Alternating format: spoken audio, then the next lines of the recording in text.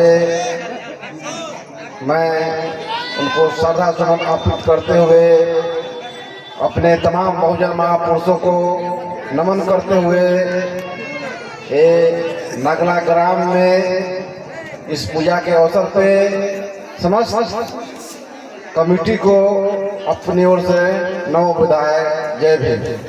इस मंच पे उपस्थित हैं हम लोगों के गार्जियन, बसपा के केंद्रीय कमेटी प्रभारी एडवोकेट सुरेश राव साहब यहाँ पे उपस्थित हैं।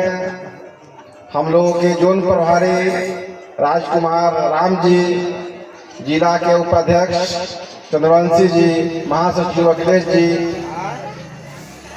बबलू जी और अखिलेश जी एक हैं, राजकुमार जी, सभी को नमो बुधाय जय भीम। क्योंकि ये सांस्कृतिक कार्यक्रम है, उस टीम को भी इस बहाना जो हम लोगों के बीच आई है यूपी से चलकर, उनके टीम को भी मैं नमो बुधाय जय भीम। मौजूद गार्जियन, माताएं, बहनों, सभी को अपनी ओर से, अपनी टीम की ओर से नमो बुधाय जय भीम। साथियों, आज हम लोग संत गुरु श्रीमणि बाबा रैदास जी के जयंती के अवसर पे कार्यक्रम कर रहे हैं, मना रहे हैं, खुशी मना रहे हैं। लेकिन अफसोस है शायद उनके कथन पे, उनके परिवर्तन की राह पे, समाज सुधार के परिवेश में हम लोग चलना भूल गए हैं। उनको केवल उसी रूप में हम लोग देख रहे हैं, केवल वार्षिक उत्सव मना रहे हैं। इसलिए आप लोग से यही कहने आया हूँ, विनती करने आया हूँ कि मन चंगा तब कठौती में गंगा। यदि मन हमारा चंगा है, पवित्र है, पाप मुक्त है, तो मंदिर, मस्जिद, गुरुद्वारा और चर्च जाने की जरूरी नहीं है, खुद ब खुद सब ठीक हो जाएगा। इसलिए खासकर माताएं बहनों से आग्रह और निवेदन करना चाहता हूँ कि बाबा साहब के बताए रास्ते पर हम लोग चले, शिक्षित बने, संगठित बने और संघर्ष करें। ये पहला जिम्मेदारी माताएं बहनों आप लोग का है, क्योंकि आप लोग घर में रहते हैं। तो आप लोग से यही आग्रह करूंगा कि हो सकता है कि कभी घर में एक शाम का चूल्हा न जले, लेकिन बच्चे को पढ़ाने में यदि कोई भी उस तरह की कठिनाई का दिक्कत हो तो वो कर ले, बच्चे को स्कूल भेजे और शिक्षित बना ले। अगला पीढ़ी हम लोग खुद सुधर जाएगा। इसलिए ज्यादा समय नहीं लेते हुए यही कहूँगा कि भैया बहनी, शिक्षित बन, संगठित हो, तब संघर्ष कर और आगे बढ़। बस अपनी वाणी को समाप्त करता हूँ। जय भीम, नमो बुधाय। माननीय एडवोकेट सुरेश राव साहब, साथ ही साथ बहुजन समाज पार्टी अरवल जिला के सभी पदाधिकारीगण, आपके साथ उत्तर प्रदेश के बस्ती जिला से चल करके ये हमारे कलाकार साथी आप लोग के बीच में आए हैं। आप इस गांव के अगल बगल से आए हुए पिता तो बुजुर्गों, नौजवान साथियों, माता एवं बहनों, आप लोग को हार्दिक अभिनंदन, स्वागत करता हूं। सम्मानित साथियों, आज बाबा संत शिरोमणि गुरु रविदास जी के कथन के अनुसार हमें चलना होगा। जो आज से 550 वर्ष पहले उन्होंने कहा कि ऐसा चाहूं राज में सबों को मिले अन्न, छोटे बड़े सब बसे, रविदास रहे प्रसन्न। इसलिए सम्मानित साथियों, अपने जमाना में संत शिरोमणि गुरु रविदास जी भी दबे हुए जमाने में उस समय राजनीति करने का, राजनीतिक भाषण बोलने की इजाजत नहीं थी। अपने अधिकार की बात करने की इजाजत नहीं था।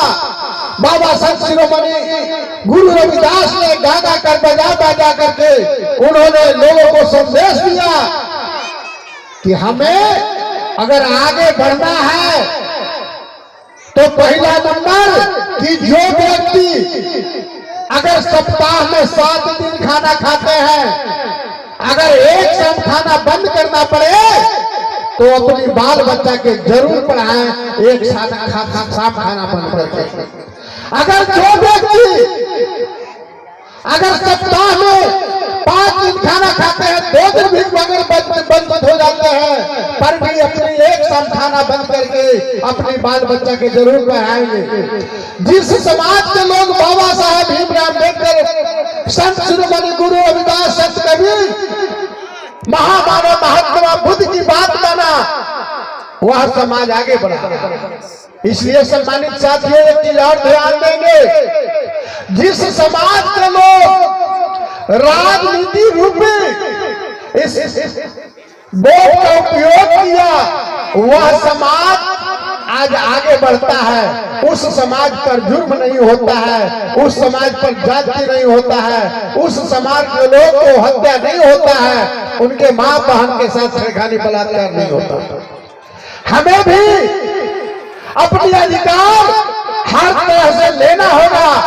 आपको रात में हजारों किलोमीटर दूर से आके महिला गायक आपको गा के बजा के समझाने के लिए है कि तुम्हें अपने अधिकार लेने के लिए एकत्रित रहना है।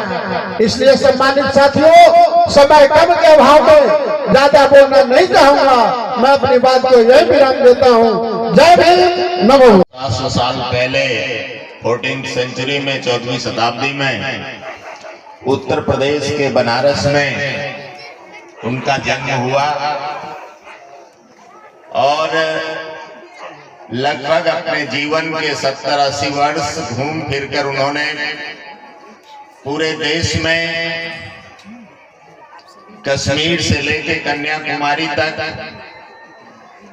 एक लंबे समय इस देश में अंधविश्वास पाखंड का विरोध किया और जिस समाज के लोगों को ना अच्छा खाना मिलता था, ना पहनने को मिलता था, ना रहने को मिलता था, उनके लिए स्वर्ग जैसे राज्य की कल्पना की, ऐसे संत शिरोमणि गुरु रविदास महाराज के चरणों में मेरा वंदन है।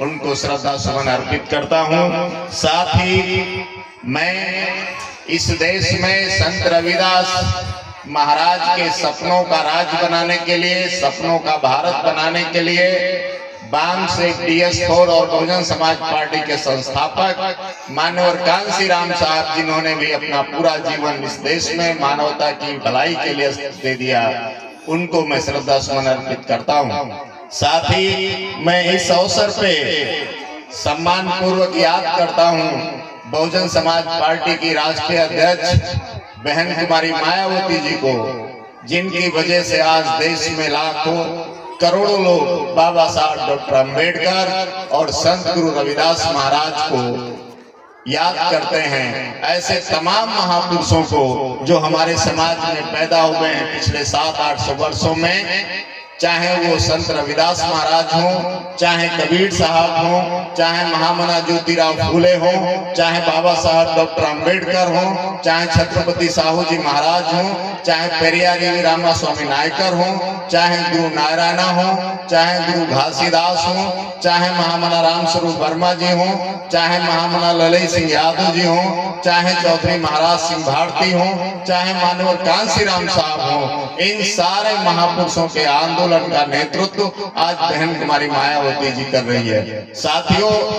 जब हम किसी महापुरुष की जयंती मना रहे हैं, ये अच्छी बात है कि जयंती हमारे लिए उत्सव होता है, हमारे लिए पर्व होता है, लेकिन जब इस जयंती के अवसर पर हम इकट्ठे हैं तो एक बार हम ये जरूर याद करें कि आखिर इस महापुरुष ने वो कौन सा काम किया आज से 700 साल पहले, जिनकी जयंती हम लोग मना रहे हैं। मैं आप लोगों को पूछना चाहता हूँ, इसमें कितने ऐसे लोग हैं जो अपने माता पिता की जयंती मनाते हैं? तमाम लोग ऐसे होंगे जिनके माता पिता जिस दुनिया में नहीं है, आप उनकी जयंती नहीं मनाते हो जो आपको इस दुनिया में लेकर आए, लेकिन आप संत रविदास की जयंती मनाते हो, आप बाबा साहब डॉक्टर अंबेडकर की जयंती मनाते हो।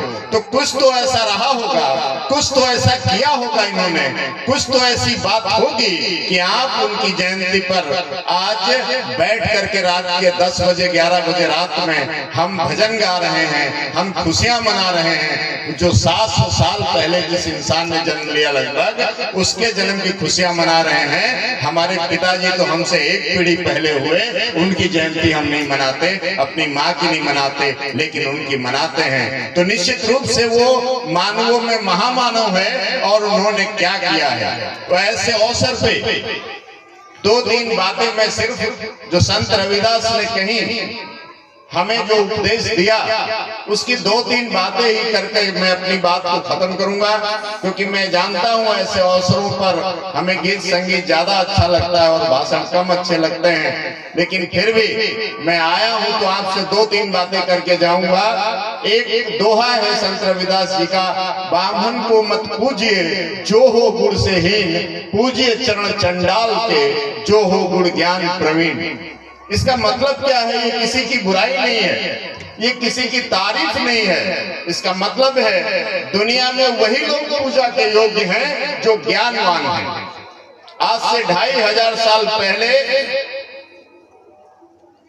तथागत गौतम बुद्ध ने इसी बिहार की धरती पर यह उपदेश दिया था कि तुम्हारी समस्याओं का कारण तुम्हारी अज्ञानता है। और लगभग 700 साल बाद पहले संत गुरु रविदास महाराज ने भी कहा, अगर तुम्हारे पास ज्ञान नहीं है और अगर तुम ज्ञान लेने में इंटरेस्ट नहीं रखते हो, अगर तुमको ज्ञान से प्रेम नहीं है और अगर तुम्हारी ज्ञान में दिलचस्पी नहीं हो, तो दुनिया की कोई ताकत तुम्हारी समस्याएं हल नहीं कर सकती।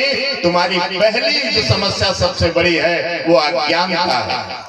इसीलिए संत रविदास महाराज कहते हैं कि दुनिया में वही इंसान पूजने योग्य है, उसी के सामने सर झुकाना जो तुमसे ज्यादा योग्य है, ज्ञानवान है, उसी के सामने सर झुकाना। बेशक तो किसी भी जाति और धर्म में पैदा हुआ हो, उसकी जाति धर्म के आधार पर सर झुकाने की जरूरत नहीं है। अगर आपको सर झुकाने की जरूरत है तो उस इंसान के सामने झुकाने की जरूरत है जो विद्वान हो, पढ़ा लिखा हो, ज्ञानवान हो, शिक्षित हो। और वर्षों बाद बाबा साहब डॉक्टर अंबेडकर आए, उन्होंने भी पहली बात कही, शिक्षित बनो, शिक्षित करो। और उसके पहले भी बहुत पहले 2500 साल पहले तथागत गौतम बुद्ध ने भी कहा था, बुद्धं शरणं गच्छामि, बुद्धि की शरण में जाओ। लेकिन ये समाज अज्ञानता के अंधकार में फंस करके तमाम बुराइयों में चला गया, अंधविश्वास में चला गया, पाखंड में चला गया।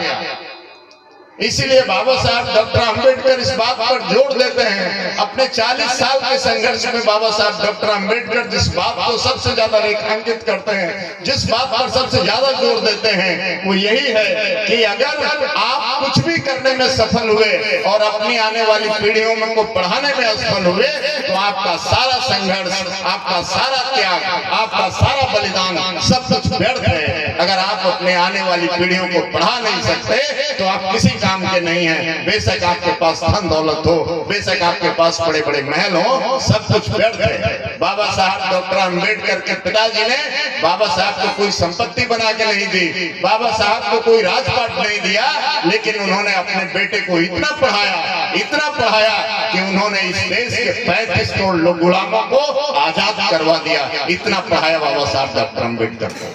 इसलिए पहला मैं आपको इस अवसर पे एक ही बात कहूंगा, अगर वाकई आप लोग संत रविदास महाराज को श्रद्धा सुमन अर्पित करना चाहते हैं